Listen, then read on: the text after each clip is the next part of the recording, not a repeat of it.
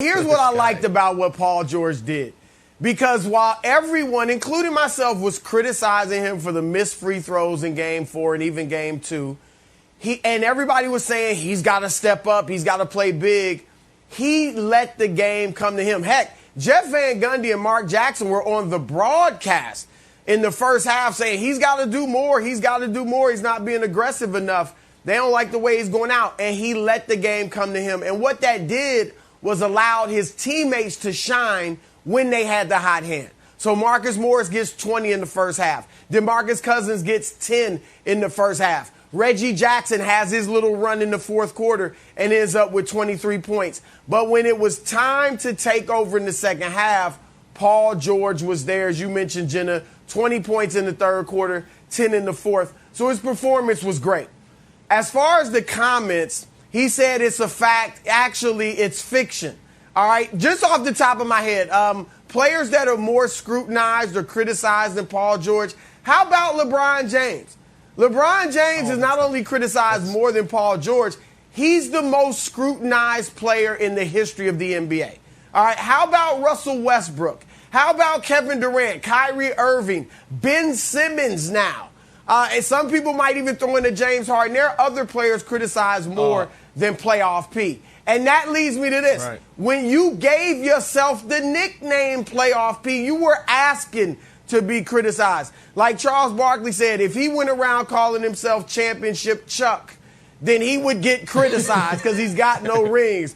So when Paul George doesn't deliver in the playoffs, people are going to focus on it because of the nickname. And finally, he has to understand it's a sign of respect because it shows you're a great player. Good players don't get criticized consistently. Look, I know Nick thinks that Chris Middleton is the next Kobe Bryant, but nobody else does. So Chris Middleton doesn't get criticized like this, all right? Chris Middleton, if he goes out tonight and scores 14 points on 5 of 26 shooting, nobody's going to really care. Because he's Chris Middleton. We talked about it. Paul George being about criticized consistently is a sign of respect. It's the line of demarcation between star and superstar. It is, can you have a bad game and escape criticism? If you can, you're not a superstar. Right. And so I agree with you on the Chris Middleton point. But I actually, and let me say this before we talk about the comments. That was the best game of Paul George's playoff life last night. They had to have it. He was 75%, 30-second half points, a career high in points. And by the way, he had the best game of his playoff life a couple weeks ago, Game 5 against Utah. So even though this series he had been wildly inefficient, he was still producing in other ways for his team. And last night was literally the best playoff game he's ever played. But I do think Paul George is criticized differently than other guys because... And of course, listen, LeBron is almost in his own category for irrational criticism. But here's the thing, Brandon, and I think Wildes agrees with me, but I heard him almost sighing with something Broussard said, so I'm going to pluck his brain. Here's the thing. Paul George, it's not that he's criticized. He's made fun of. And that's the difference. And he knows it.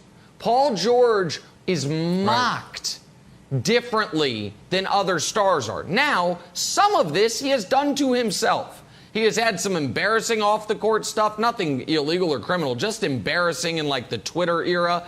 His comments after Game 7 last year, where it's like, I don't think it was a must-win season for us. Like, they lend themselves to the criticism. I disagree. Some of it, Brandon's bad luck. Good, Nick. Let me just explain this real quick. Some of this is bad luck, which is he had a Gatorade commercial debut of him hitting a game-winning shot at the exact time a playoff series happened where he airballed a game-winning shot. So, like, that commercial was running during the game. This is back when he was in Indiana. When the game-winning the commercial set up, and then it happened in the game, and he airballed it. So some of it's bad luck. But I do think he's made fun of in a different way than, like, Russ is criticized. Nobody makes fun of Russ. And I think Paul George has been made fun of, which is what I think he's responding to.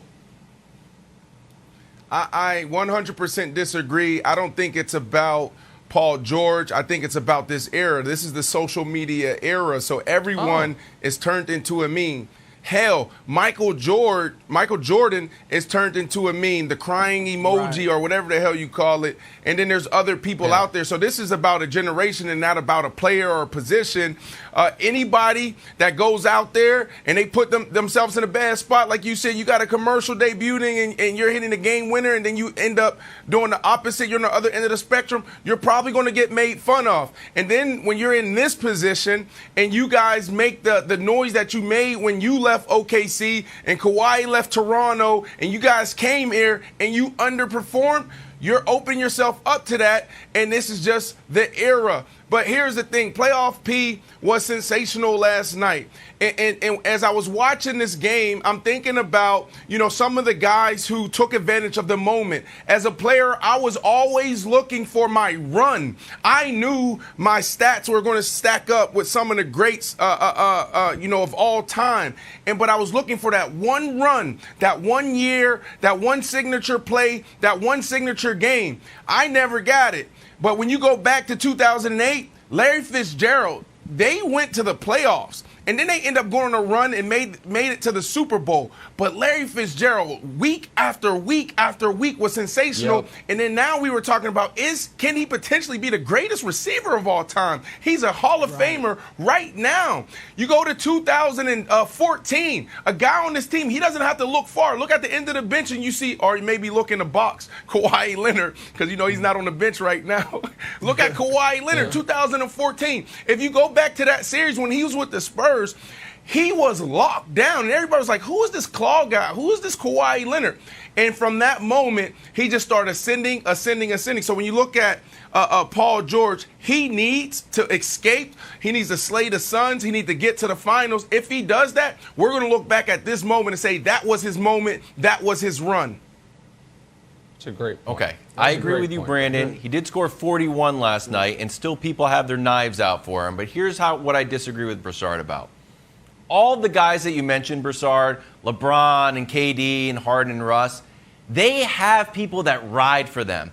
No one really rides for Paul George until now, my friend. Old KW is here. He's number one in the Paul George fan club. Somebody's got to do it. It was open real estate, and I'm taking it. So first, let me address Boogie Cousins, because Boogie's like, I don't know where all this slander is coming from. Rule 1 of the Paul George fan club is we are truth tellers. So first of all, let's put up the truth about Paul George and where some of this slander comes from. Look, most games shooting 25% or worse. Hey, it's not great. On the plus side, some other awesome names up there like Russ, Harden, Iverson, and Pippen. And now here is we put this on a flag, and it's flying outside of our Paul George fan club headquarters. Look at this, Broussard. So you've never heard this. Paul George is having a great run a la KD, Kobe, and MJ. So do I think the slander for Paul George is a little bit too much? I do. I also think, Broussard, that this is the perfect opportunity for him to sort of shake any old school, you can't get it done, you don't quite have the clutch gene. Shake it all off without Kawhi there. You have a chance here. Ty Lue is going to have a great plan for you. He has an opportunity here to either show out, have a big game and lose, or if he could get to the finals, I think he goes to another level of superstardom. No, I think you're absolutely right, Wiles, and I'm going to take it a step further. I've said this week that he's probably a future Hall of Famer. If he continues to play like this, even if they lose, but certainly if he leads them to the finals, win or lose at that level, I think he seals himself as a future Hall of Famer.